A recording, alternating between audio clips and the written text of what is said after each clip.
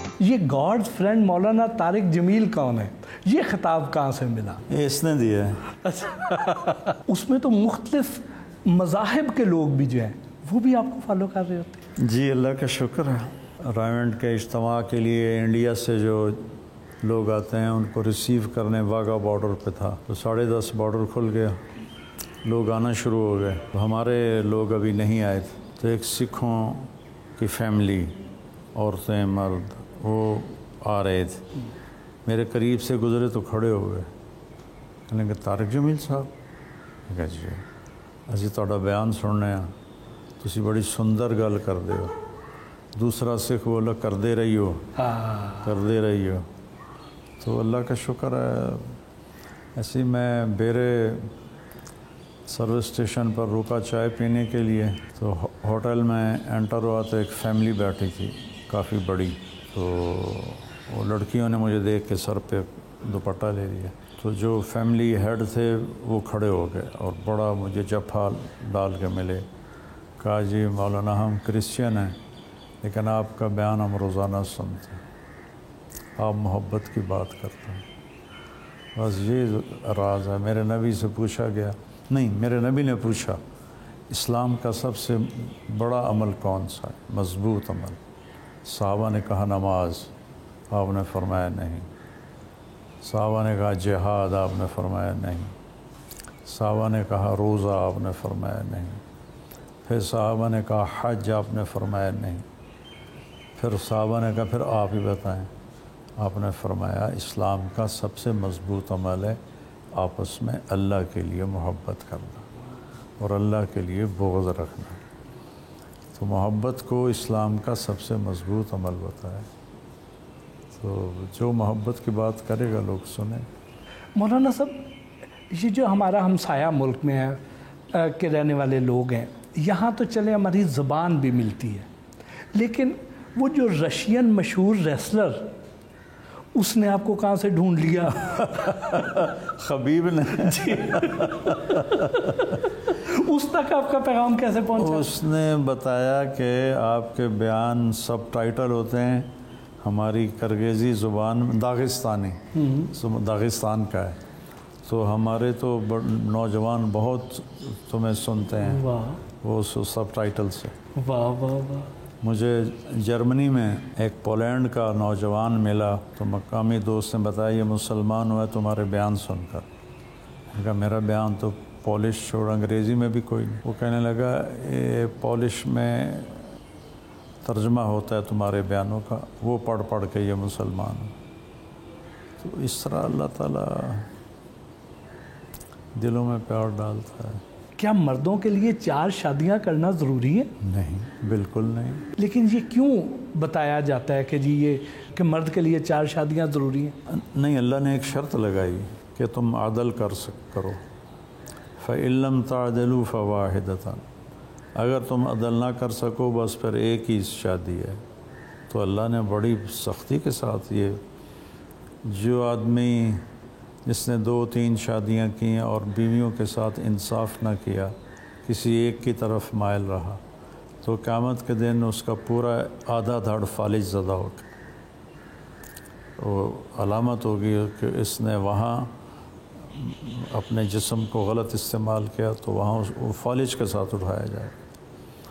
اور زیادہ شادیوں کی حکمت یہ ہے کہ دنیا میں عورتیں زیادہ ہیں، مرد کم ہیں، تو اگر صرف ایک شادی ہو تو پھر باقی عورتوں کا کیا بنے گا؟ تو عدل کے ساتھ، اگر عدل نہیں ہے تو ایک ہی ہے۔ اور یہاں تو پھر ظلم کرتے ہیں، جب دوسری شادی چھپ کے کرتے ہیں، پھر اس سے کہتے ہیں اپنے حقوق معاف کر، اور پھر اس سے اولاد نہیں ہونے دیتے، کیا کیا ظلم و ستم ڈھاتے ہیں۔ تو اگر عدل نہیں کر سکتے ہو تو ایک کے ساتھ ہی زندگی گزارنی ہوگی۔ اور یہ جو ہمارے طریقے چل رہے ہیں چھپ کے کرنا، اور پھر اس سے بھی آگے ہے کہ رکھیل بنا کے رکھتے ہیں، زنا کرتے ہیں، تو یہ تو بہت ہی بے شرمی اور بے حیائی کی بات، عورت کو کھلونا بنانا، یہ تو بہت ظلم کی بات۔ ایک عام مرد اور عورت کے لیے شادی کا معیار کیا ہونا چاہیے؟ وہ معیار یہ ہے کہ اپنے خاندان کے لیول کے ख़ानदान में रिश्ता करना चाहिए। ये कुफ़ इसको कहते हैं कि अपने लेवल के ख़ानदान में करना चाहिए, बेहतर ये है। बाकी जहाँ भी मुनासिब दीनदार रिश्ता मिल जाए कर लेना चाहिए। आजकल मोटिवेशनल स्पीकर्स का दौर है जो लोगों को कामयाब होने के गुर सिखाते हैं और उनके नज़दीक कामयाबी सिर्फ पैसा कमाना ही है। क्या आप इस बात से मुत्तफिक हैं? मैं क्या, मेरा रब मुत्तफिक नहीं। मेरा रब को फरमाता फ़मन ज़ुहज़िह अनिन नार व उदखिलल जन्नत फ़क़द फ़ाज़, जो जहन्नुम से बच गया और जन्नत में चला गया वो कामयाब। और ये अल्लाह के बंदे लगे हुए हैं, पैसा बनाओगे ऐसे बड़े इंसान बन जाओगे। बड़ा इंसान पैसे से नहीं बनता, वो बड़ा मालदार बनता है। बड़ा इंसान बनने के लिए कम अज़ कम 4 चीज़ें बुनियादी हैं। एक वो सच बोलता हो, एक वो दयानतदार हो, एक उसके अखलाक अच्छे हों, एक वो रिज़्क़ हलाल कमाता हो। ये बड़ा आदमी है, चाहे उसको कोई पूछे या ना पूछे। पैसा, बड़ी गाड़ी से तो आदमी बड़ा नहीं बनता। लोग आजकल वज़ीर जो हैं कितनी कोई इज़्ज़त है उनकी, हुक्मरान हैं। वज़ीर आला से लेकर वज़ीर आज़म तक किसकी इज़्ज़त हो रही। इंसान बड़ा इन ओहदों से नहीं बनता, ना पैसों से बनता है।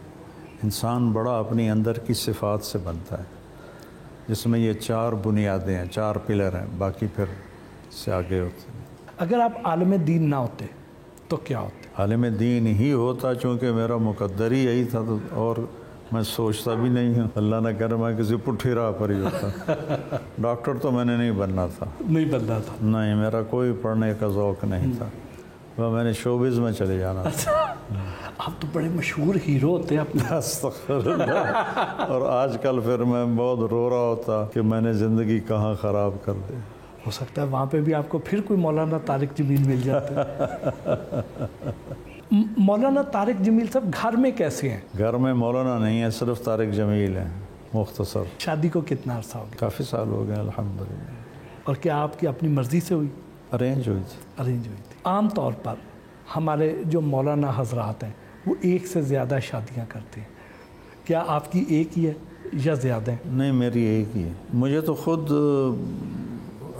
पिछले साल तक ऑफ़र्स आती हैं मस्तूरात की, मुझसे शादी कर लें। एक तो ना कि मेरी ख्वाहिश हो कि मैं, मुझे इस इम्तिहान से कितने साल गुज़रना पड़ा है, तो मेरी ज़िंदगी बहुत टफ़ गुज़री है। मेरी बेगम ने मेरा साथ दिया, मैं वो एहसान नहीं भूल सकता। इसलिए मैं सारे वसाइल के बावजूद मैंने उसके साथ वफ़ा की कि उसने बहुत मुश्किल वक्त देखा मेरी वजह से। मैं गैर हाज़िर होता था, कभी कहीं, कभी मुल्क से बाहर, कभी अंदर।